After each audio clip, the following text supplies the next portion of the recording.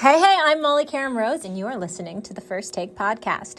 Progressive helps you get a great rate on car insurance, even if it's not with them. They have this nifty comparison tool that puts rates side by side, so you choose a rate and coverages that work for you. So let's say you're interested in lowering your rate on your car insurance. Visit progressive.com to get a quote with all the coverages you want. You'll see Progressive's rate, and then their tool will provide options from other companies, all lined up and easy to compare, so that all you have to do is choose the rate and coverages you like. Progressive gives you options so you can make the best choice for you.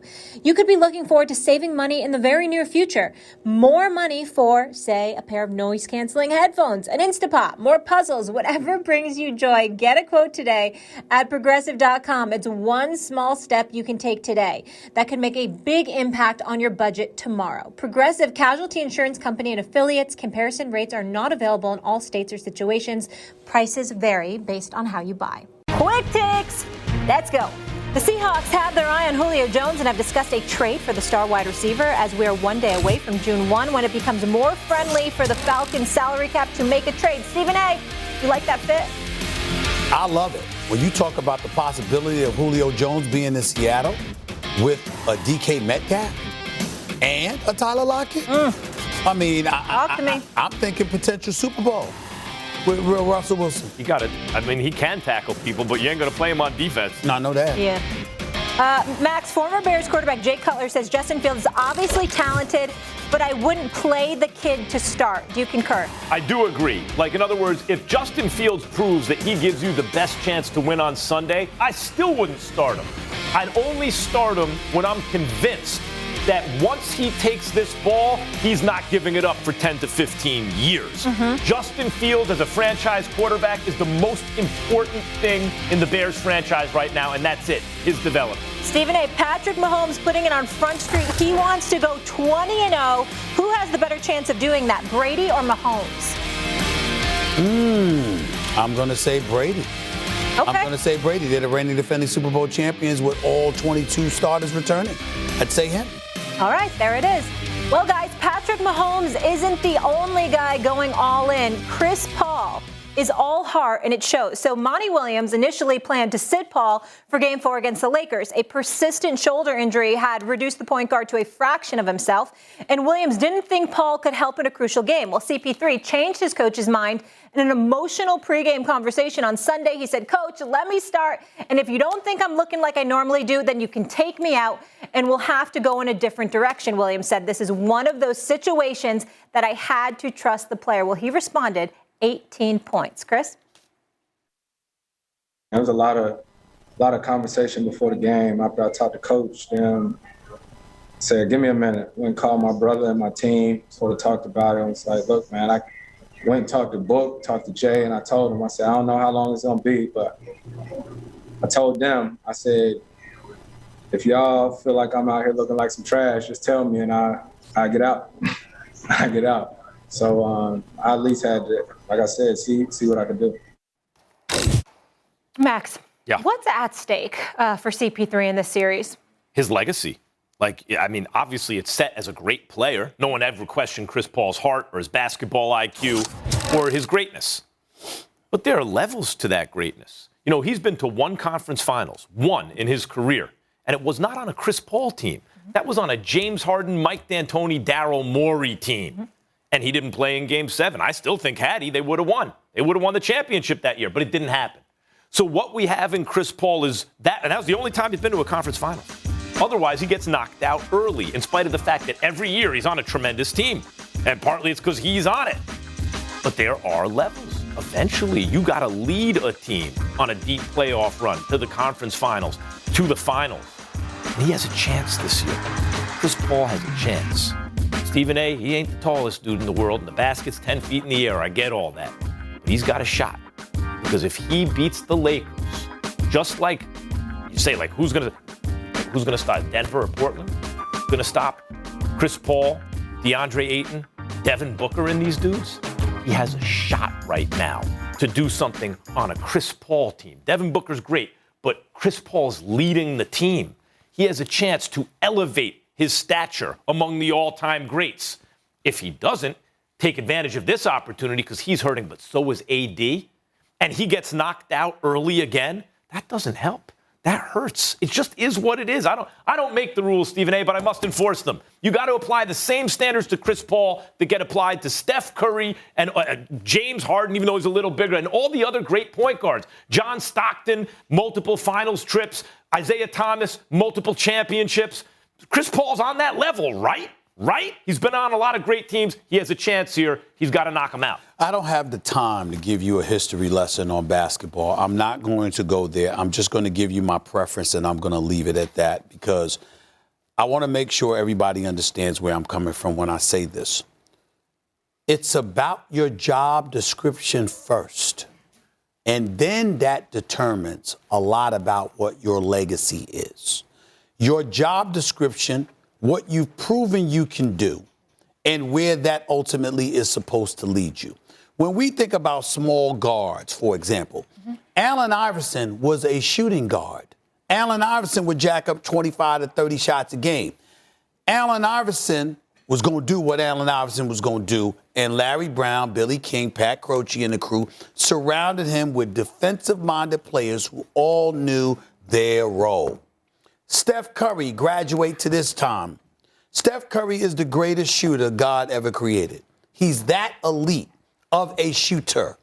And this is what you do. So you see everybody, even if they're open, they still give up the ball to Steph Curry because you know that's what his job description is.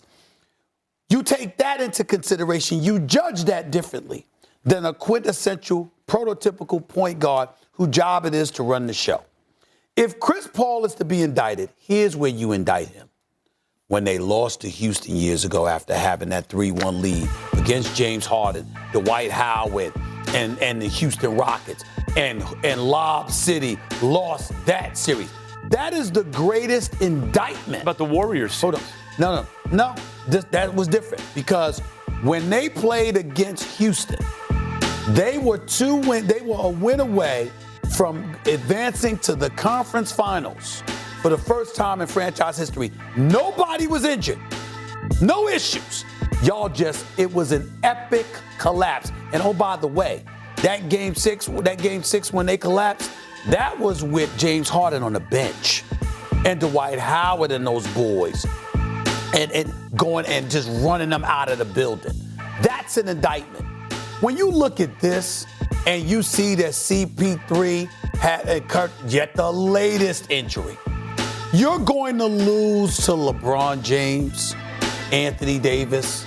Well, but AD's hurt. I understand that. I'm assuming that's I'm assuming he's going to But I would agree with you if AD's 100%, but now that there's some daylight, Chris Paul's got to take advantage. He's got to take advantage. That's why I got them to win the series. But what I'm saying to you is that if Chris Paul, for some reason, is hurt, what's going to be said is the same thing.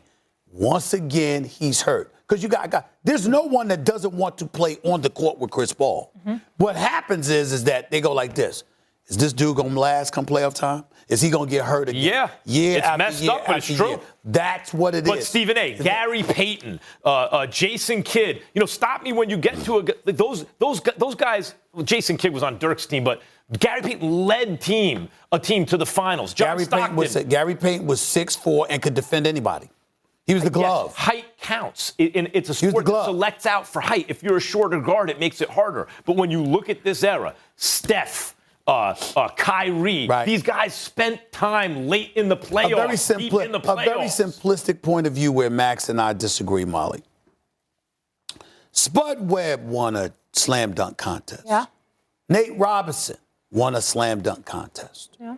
Okay? When other people won slam dunk contests, we marveled over the particular dunk that they made that was better than somebody else's. With Spud Webb and Nate Robinson, we marveled at their miniature size and what they were able to do. But Chris Paul don't want your sympathy. He doesn't want you grading on a curve. We're not talking about what Chris Paul wants. We're talking about what my opinion is right now, or compared to yours. And what I'm saying is that when you look at CP3, when you look at guys who are miniature and limited athletically, you do get to a point where now you judge them differently. In other words, what are you as a floor general? What are you as a leader? What are you as somebody that makes people better around you? That's how we judge plus, it. but when we talk about the best players, where somebody else, we have expectations because their ability to take over a game single-handedly Max is there. about when guys choke in the clutch, and over the last 2 seasons, CP3 is second best in points in the clutch, behind only the Joker. That includes the playoffs. He's a clutch player. So is Damian Lillard. Neither one of them has spent a lot of time deep in the playoffs. And the bottom line is, if you're short in basketball, it counts against you. Just like if you're tall, Kareem Abdul-Jabbar and Shaq wouldn't have been what they were if they were 6 feet. They were 7 feet. That's part of it, man. Like, what, are we going to ignore that? He's small. It hurts his status among the greatest point guards of all time if he can't lead teams when he has a shot. He has a shot right now. Past series like this, you got to do it. Hey, it's Dan Patrick here to tell you about the Dan Patrick School of Sportscasting. I've teamed up with Full Sail University to create a sportscasting bachelor's degree. You work both on and behind the cameras, and you build skills for the future of sports so you can connect with audiences no matter where they are or how they're tuning in. Learn more about Full Sail University's Dan Patrick School of Sportscasting by going to fullsail.edu/Dan Patrick School.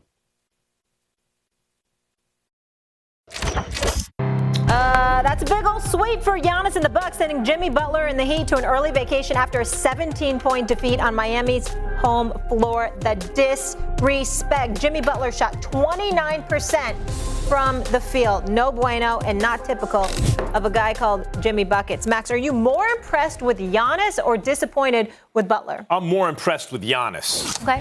And it's not just that he put up 23.5 points, 15 boards, and 8 assists through the series. Think about that for a second. It's that they got the break speed off him last year and the year before when they were favored. And they faced their tormentors again. And I thought it was going to be a long, drawn-out series, and some people were picking them to get upset again. They swept. It was not competitive. And Giannis, by the way, he didn't score 35 points a game. The scoring was more distributed. This is why Budenholzer, earlier in the season, when they were off to kind of a slow start, they didn't look like world beaters because they wanted to be ready for this moment. And yeah, Giannis is ready for it. Giannis is dominating the boards. Giannis is hooking up teammates. He's scoring when he has to. But more than all that, it's coming back the very next season against the team that just ended your season. After having your season ended, it felt prematurely twice in a row. And sweeping them, beating them like that is what impresses me about Giannis right now. I'm more disappointed in Jimmy Butler. You got some trees up in there with Giannis and Lopez. And the fact that you had Drew Holiday and P.J. Tucker, obviously it buffers your defense incredibly so. And we understand that the Milwaukee Bucks are legit, and this is a team to be reckoned with, and the Brooklyn Nets are going to have their hands full once they finish up this series against Boston. But Jimmy Butler averaged 14.5 points on worse than 30% shooting. You signed a max deal, 4 years, $141 million. Did you know he's eligible for an extension? 4 years, $181 million. Guaranteed $36 million next year. You do understand that approaching age 33, if he's not that already, I know he's approaching it. You do understand that that's around the time Miami started giving Dwayne Wade issues. I love me some Jimmy Butler. I wish Philadelphia had kept him. I think they'd have had a shot to win the title last year if Jimmy Butler was in Philly instead of Miami. But let me also be clear about this. Jimmy Butler is no Dwayne Wade. Not what Dwayne Wade was to the Miami Heat. And if they could do something like that to Dwayne Wade where they have trepidation and apprehension, what the hell you think they're thinking about Jimmy Butler now? We can get swept by anybody. We can be swept and don't have to give up this much money. You know all of this. And you don't get beat. You get annihilated. The series, games 2, 3, and 4. Did y'all see what the Milwaukee Bucks did to the Miami Heat? Mm-hmm. They destroyed them. And when you look at Butler is a guy that can have breakout performances, and we loved how he performed in the NBA Finals. I believe in the brother. But there's levels to this. When you talk about he's a star, yeah, he could be a star. You talk about superstar, no, that's not him. That's not him. He fits in, got a nice shot, stout defender, strong, got the heart of a lion, ain't scared. He could be in anybody's locker room as far as I'm concerned because I got that amount of love for him. I think that's what he brings to the table. But at the same breath, your production does matter. And 14 and a half points ain't cutting it. You ain't just fitting in.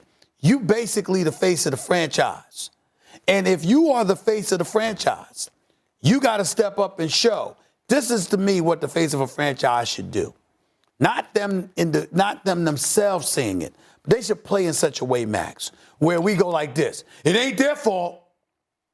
We should be able to look at they got nothing to do with this. Like we look at Tatum against Brooklyn. It ain't his fault. Jimmy Butler got to where he is because his reach exceeds his grasp. He does not have the talent of a guy like Jason Tatum. Right. It's always, so you're right, when the athletic ability starts to come back a little bit as he gets older, he touched above star status, almost superstar status, based on his reach exceeding his grasp, but it did exceed it.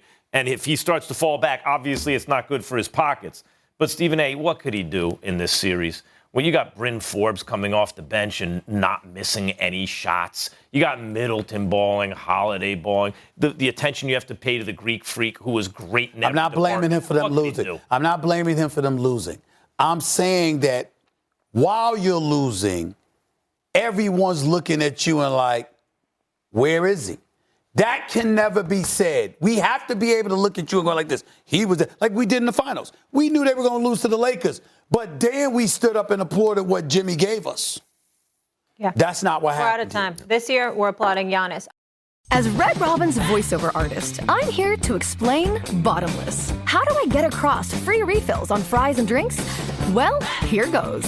Bottomless at Red Robin means free unlimited refills on the fries and sides that come with every burger or entree. That means free refills on steak fries, sweet potato fries, Yukon kettle chips, garlic fries, broccoli, side salad, soft drinks, iced teas, freckled lemonades, and even root beer floats. Offer doesn't expire until your appetite does. Whew, nailed it. Red Robin. Yum. A number of fan incidents with players this postseason. On Wednesday, a Sixers fan poured popcorn on Russell Westbrook on his way to the locker room after the star injured his ankle. That fan banned indefinitely from the Wells Fargo Center and lost his season tickets. That same day at Madison Square Garden, a fan spit on Trae Young when he was inbounding the ball in the fourth quarter. That fan was also banned from MSG indefinitely. Last night, a Celtics fan was escorted out of the arena by Boston police and arrested after allegedly throwing a water bottle at Kyrie Irving as he was leaving the floor following the Nets' win. And check out this tweet. Also, Malika Andrews just put out there, they have identified that gentleman. You can check it out right there. Cole Buckley, who is 21, and that's the first time we've had them publicly identified. We also saw him on camera as well, something we debated earlier, whether that's a good idea or not. Let's also not forget the incident last week with John Morant's family in Utah, where the Jazz banned 3 fans for vulgar and racist comments made to Morant's family. Stephen A., how does the NBA handle these situations moving forward? I just think to be as forceful as they possibly can to make sure that they send the message that we're doing all we can as a professional sports league. We're banning them from the arena. We're banning them from the arena for life. We arrested them on the spot.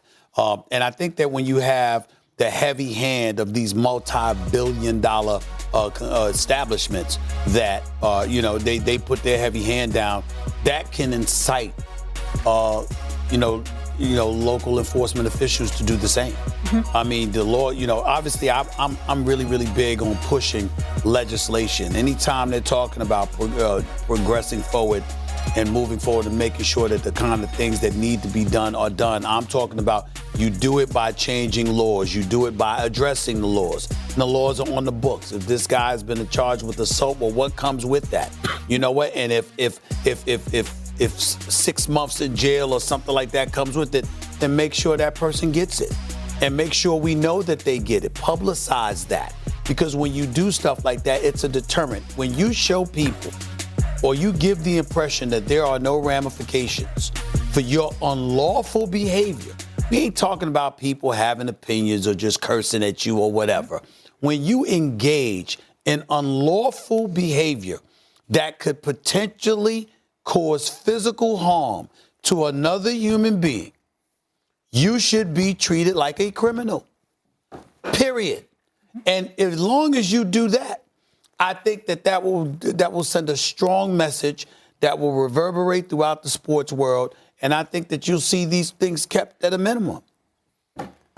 I co-sign. I mean, the thing I think fans and we in the media have to get very clear is what the NBA can do and what they can't do. NBA can't lock you up.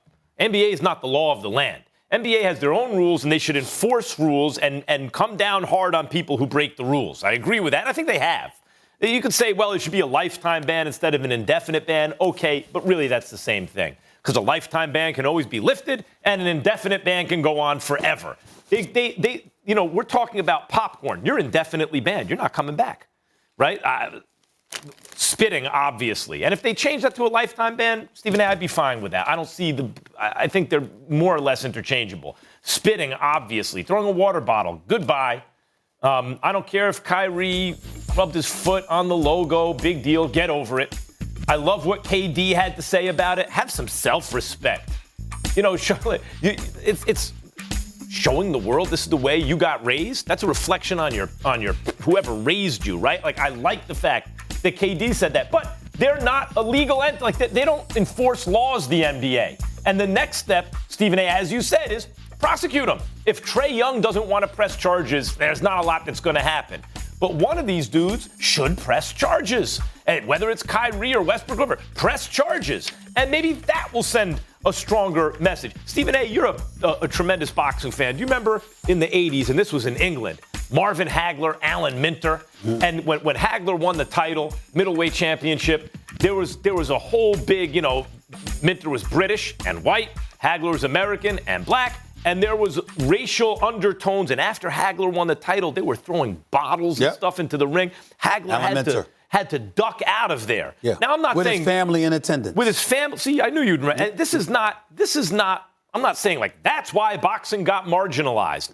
But that kind of behavior really cannot be. Not in American sports leagues like the NBA or NFL or Major League Baseball. You have to get this kind of thing out of control. Now, one plastic bottle, some popcorn is a far cry from that.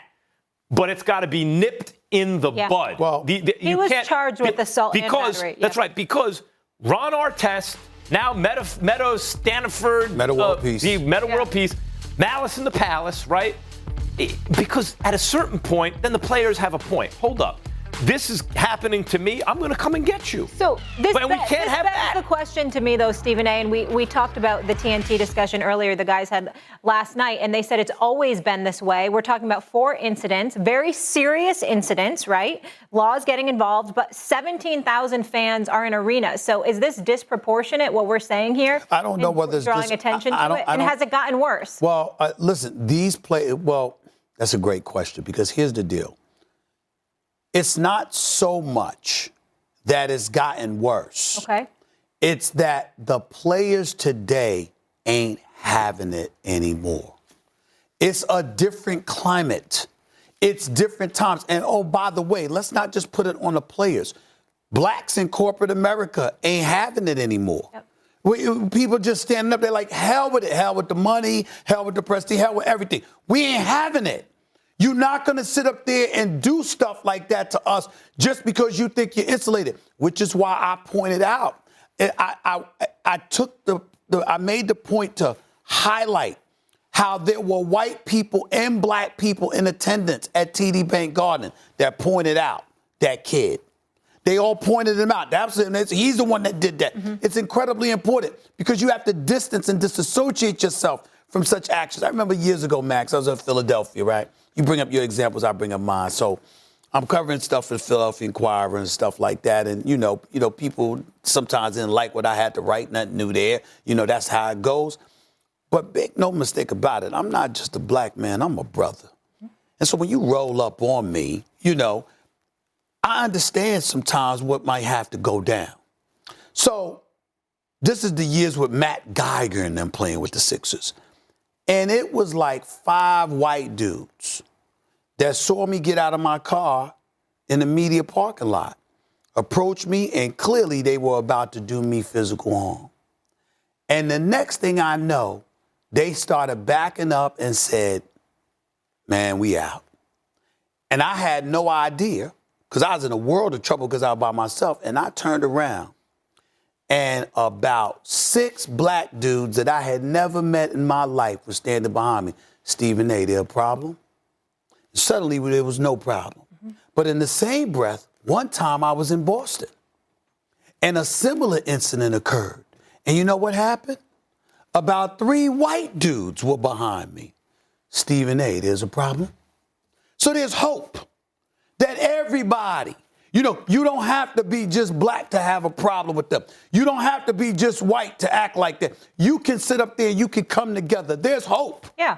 But you have to be lockstep in knowing what right and wrong is and enforcing the right things and decrying and denigrating and highlighting the wrong so you can prevent it from happening. That's a good point. I mean, we would hope if anyone of any race or background saw, for example, some kind of belligerence toward Asian Americans right now, that anyone from any background would step in and say, That's right. Okay. But I want to address something you said about player empowerment, because to answer Molly's question, this is a debate show, but we're not debating this subject, right? That is exactly right. The players aren't having it anymore. That reflects player empowerment. And to an extent, player empowerment probably reflects racial empowerment.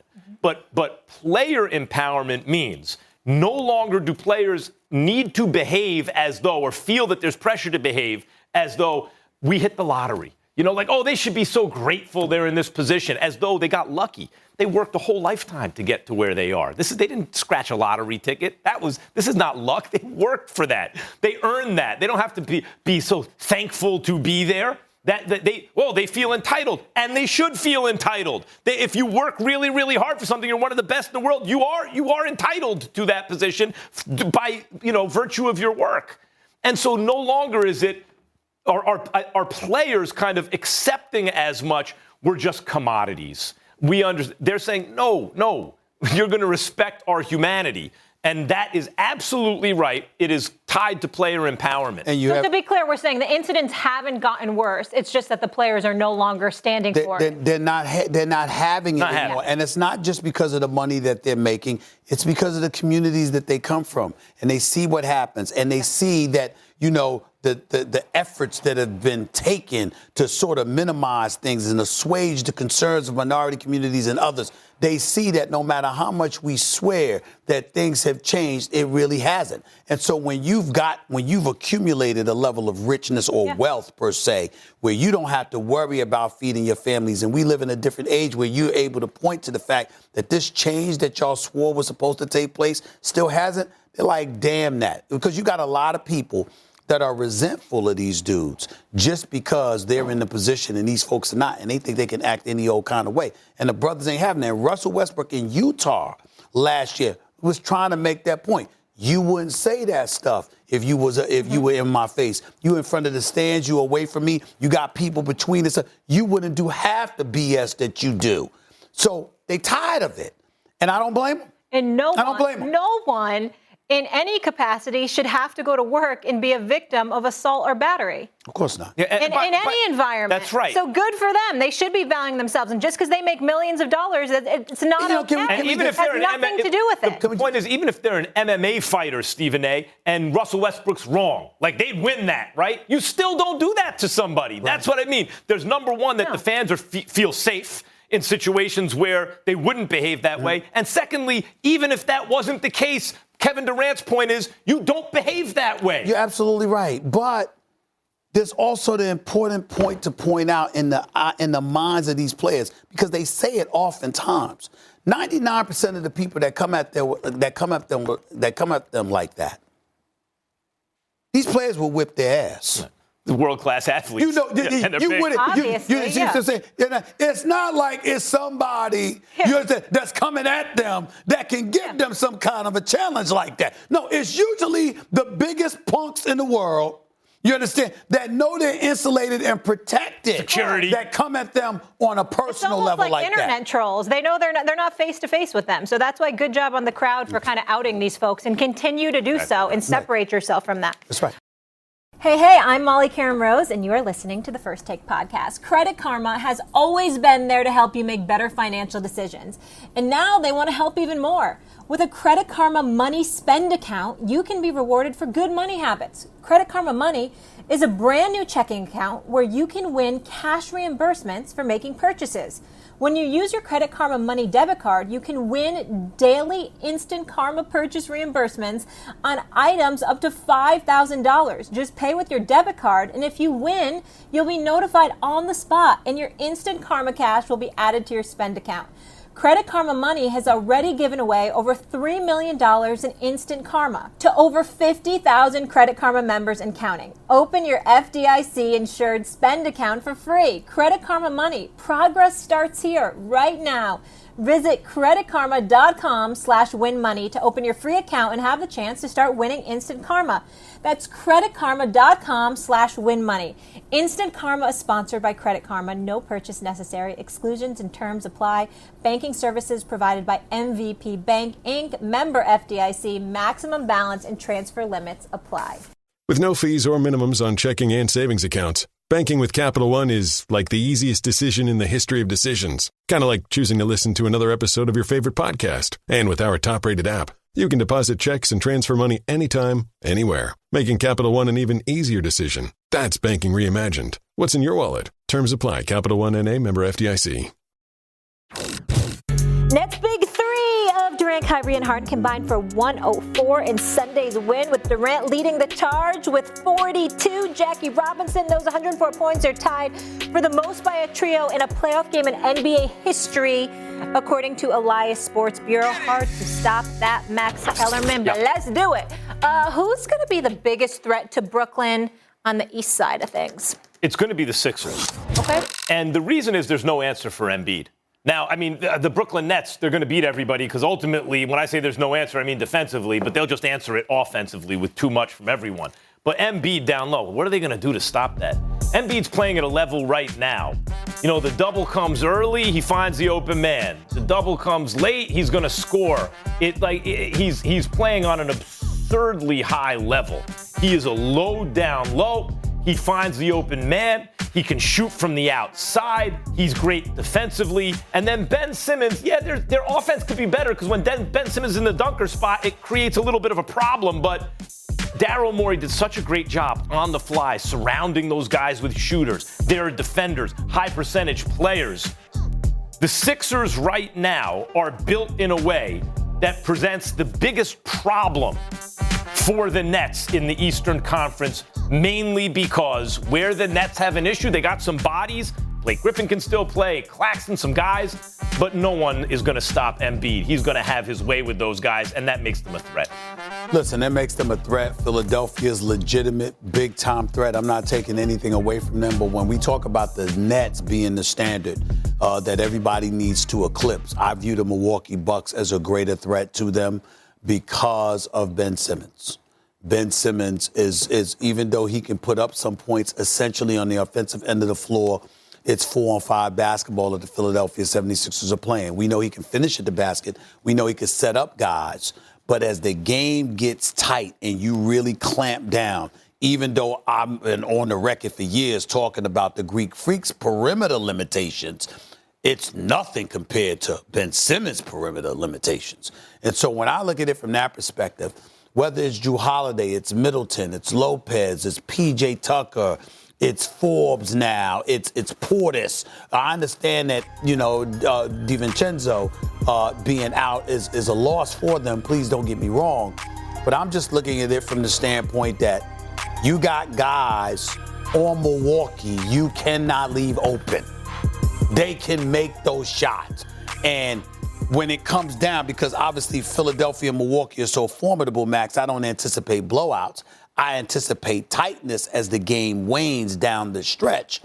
Being able to make those perimeter shots can make or break a team. But and I look at it, and I look at the Milwaukee. Sixers can too now. Just Simmons is the only one who can't shoot. But I said Simmons. And the reason I said Simmons is because he's so vital in terms of keeping him on the floor. You can't take him off the floor. So that's somebody you don't have to worry about on the perimeter offensively. Look, I don't think there's anybody that you could do that to totally. But here's the difference to me. if Simmons could really shoot, I might just like the Sixers, period. That's right. I agree with that's you. How formidable they'd be. I agree with you. If Simmons could really shoot. The issue with the Sixers is who is the non-big who can get their own shot and hit shots from the outside. They don't have that. Seth Curry can hit shots from the outside. Danny Green can hit shots from the outside. Tobias Harris is kind of the closest thing to that, but he's not on that level really. Mm-hmm. That's their weakness, and that would be Simmons if he could shoot. But that just means to me they ain't going to win. But they're going to push those guys because we're not having a debate because of people getting pushed. We know that Milwaukee and Philly can push those guys, but it comes down to that. And we also think Milwaukee going to beat them? I think they got a chance. But here's the thing. I'm still picking the Nets. I'm not jumping off the Nets bandwagon. But here's the point that I'm making, bigger than anything. It's not just what you do. It's what the opposition does. What's Brooklyn's problem? It ain't offense. No. It's defense. So because it's defense, and you take that into consideration, that's what it reasons. That's just as good a reason to pick Philly. So again, I don't dismiss your point, but it's for Milwaukee and Philly. Real quick on that, the best thing that could have happened to Brooklyn is losing that game to the Celtics, and for the simple reason that it just gives them more time. All they need is reps. The reason I wasn't sure they were going to win the championship at first is the worst defense ever. Within 2 or 3 weeks. I thought maybe they could get the defense together by the end of the season. They did it in a couple of weeks. That's not what he said. The loss to the Celtics buys them a little more time. That's not what you said. I'm not going to get bogged down. Nice try. You're not going to distract me. I'm not trying to distract you, but the point is that by the time they get to the conference finals, there's a very good chance that the Nets are playing solid defense if the regular season is any indication. Which you said there was no chance in hell they could pull off because they didn't care about defense. Okay, so to be clear, biggest threat, you're saying the Sixers, but you don't really think they have a shot. You're saying the Bucks, has a shot. And you think they might actually have a shot. I think it's more. I'm surprised. I think the Clippers might have a shot if they get there. Yeah, we're talking East. All right, Friday night, Jason Tatum dropped a playoff career-high 50 points on the Nets in the win, followed up with 40 points last night, although his squad took an L in Game 4. Stephen A., is it officially time we put some respect on this man's name and call Jason Tatum a superstar? Well, I guess that's the rest of y'all. I've always felt that way about Jason Tatum. I think this kid is something special. We don't talk about him like we talk about other people. I know they've been losing, but yeah. Because they've been struggling, they've been losing, and we've lamented the state of affairs with Brad Stevens. But Jason Tatum is 6'9". This brother got a handle. He can shoot with range. He can score in buckets. I really miss Jaylen Brown. I really would have loved to have seen him in this series.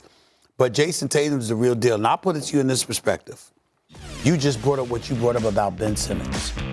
If Brian Colangelo hadn't gotten hosed by Danny Ainge in order to give up, and the Philadelphia 76ers, instead of having Markelle Fultz, had Jason Tatum with Ben Simmons and Joel Embiid, ladies and gentlemen, the Sixers would win the championship. Brian Colangelo's decision on Markelle Fultz might have cost the 76ers a title because that's how good Embiid, Tatum, and Ben Simmons would have been. The league killed the Sixers. The process was working. That was the problem. And they insisted on Colangelo, and he ruined everything. Process. Stop that. Look, he's not a superstar yet.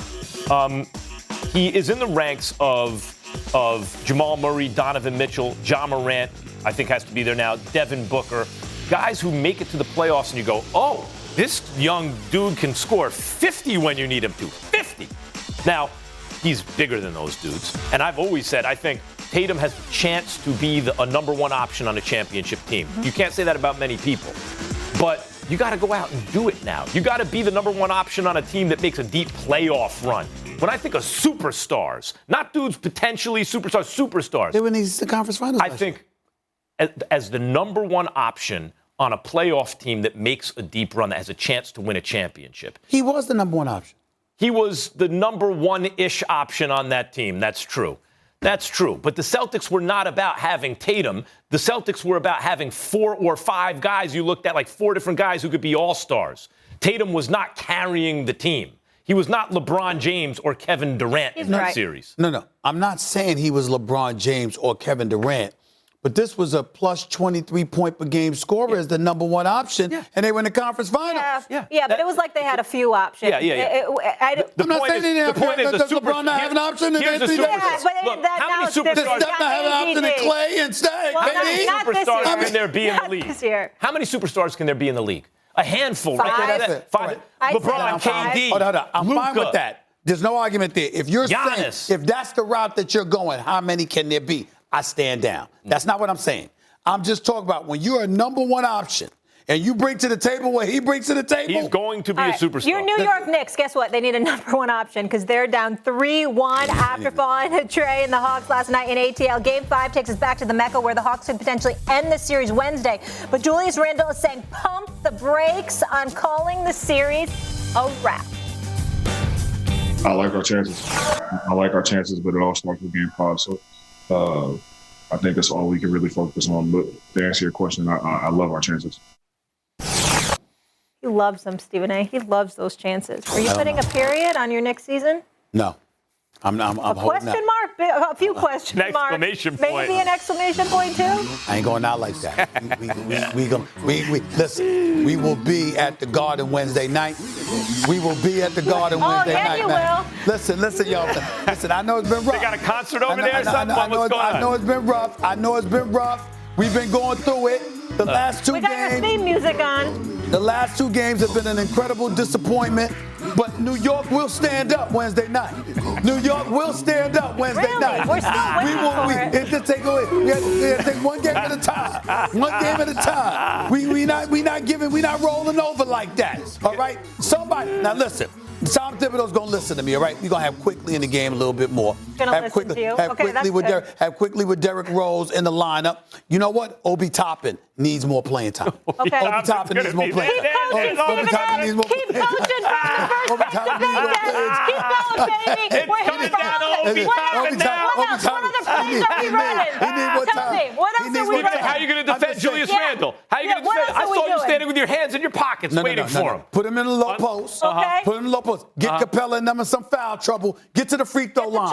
Get to the free throw line. Get to the free. That's all. Okay. That's all. Is it the refs now? Is it the refs? Your jumper's not falling. What are you saying at halftime when you're down and Trey's going off? Well, call me Wednesday at halftime and I'll let you know. But my point is this. Right now, what we going to do is we going to take one game at a time. New York going to stand up Wednesday night at the Garden and we going to win that game. And then I'll talk to you about Thursday. We'll talk about Thursday. You just make your travel plans for L.A. now. Nah. Just make your travel plans for L.A. now. I'm going back to the ATL for Game 6. You ain't going to no Atlanta.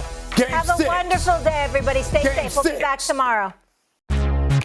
Hey, what's up, everybody? This is LG Granderson here to tell you about my new podcast from ABC Audio called Life Out Loud. This show is all about preserving the history and honoring the contributions of the LGBTQ community. Each week, I'll talk to some of the most fascinating people paving the way toward a more inclusive world. These conversations can get heavy, but this show is also going to be filled with so much joy. And I mean, after all, we are called gay people, right? So gotta be some happiness in there somewhere. Check out Life Out Loud with me, LZ Granderson, wherever you get your podcasts.